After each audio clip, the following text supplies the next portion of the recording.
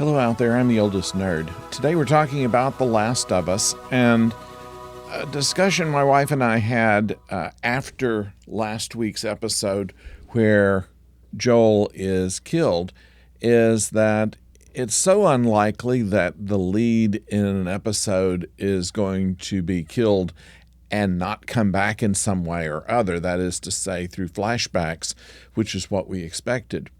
But what was very striking about the opening of this show was, first of all, Pedro Pascal did not have any billing. It was just Bella Ramsey who was listed as the lead.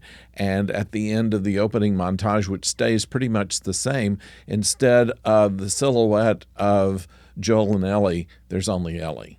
That's very striking and tells us that they hired Pedro Pascal to do season 1 and 2 episodes of season 2, and that's it. As they say in Blazing Saddles, in the cafeteria scene, the actor dressed as Hitler says, "They lose me after the bunker scene." So we break this down with a new duo, basically, of Ellie and Dina. This time, Ellie taking the Joel part of being the person who is kind of the lead, certainly in the front on the horse, and Dina the one who is going to be the reason behind things. She's the one that decided they needed to be prepared with more than just guns, but with a map and with provisions. And the most unlikely person helps them get out. But I get ahead of myself as far as the plot is concerned. Of course, Ellie wants a posse to be put together to go after these people who have killed Joel. And even after Dina tells Ellie that she knows the names of all of the people and has a sketch of the badge that they were wearing, which identifies them as the Washington Liberation Force, which is often called Wolf. And so they go, of course, to the town council, and the town council votes against it, and she decides to go anyway. And so just the two of them are going to Seattle to get what they think is going to be a small group. And what we see at the end of the episode is that Wolf is anything but small. It's huge. Now, while they don't identify them in the show, the religious group that they pass or pass the bodies of were called the Seraphites. And in the game, the Seraphites were enemies of Wolf. Wolf essentially defeated, or at least ran them off in the Seattle settlement there, and then became just like them. So what we have is Wolf is the organization that's pretty much controlling Seattle. And, of course, Ellie and Dina don't know this yet. And the Seraphites, however, refused to join them and have been kind of targets of Wolf ever since, more so, I guess, than even the people who are infected with the cordyceps.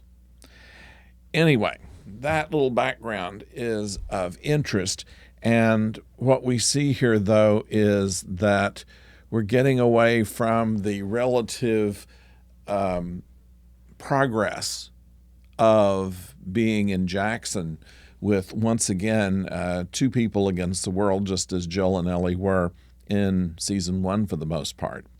And so what we have here is a rather complicated journey of them getting to Seattle, seeing it as even beautiful in its degraded state, and not having any idea that the wolves that they are after is probably the size of a division, not so much just a little break-off group like what came and murdered Joel. So how they're able to do this, how they're going to be able to do this and not just die the first time they encounter them is going to be the result of some clever writing, I'm certain, going forward. But mostly what we see in this episode is a transition from this relationship that she's had all along with Joel, something that brings her with great guilt, that she did not reconcile with him before he was murdered, and the idea that she seems to be wanting to go out and shoot something anyway. And so she's determined, after seeing the dead bodies of the Seraphites, that perhaps the wolves are no good and therefore deserve to die. And in the game, I am told that that Abby and Ellie are characters all the way through, and you can play both of them, and they go in kind of a parallel evolution, if you will, until they meet up with each other, and of course are arch enemies. So that's going to be kind of the focus of the remainder of the show. So anyway, we have a situation where you see the actor Bella Ramsey handling grief, and it is very intense stuff as she goes back through Joel's house and sees everything that was Joel, that everything that she's depended on for at least 5 years, perhaps longer. And with this loss, she takes his gun, hoping to be able to murder his murderer with the same gun that Joel would have used.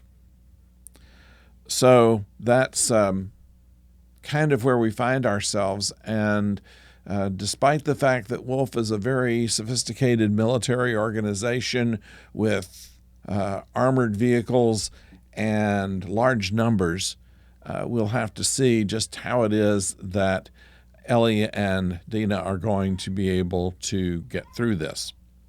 Now, secondly, we know that Ellie and Dina are developing some kind of relationship. Ellie, of course, has always been gay, but Dina has been, shall we say, questioning.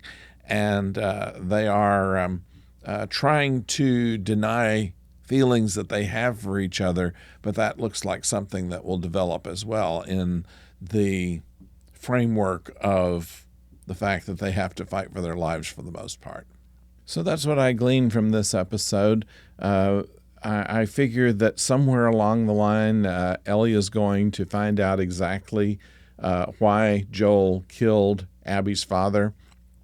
That is not information anybody has that we've seen so far, so it's going to be a interesting journey as to how they go from here.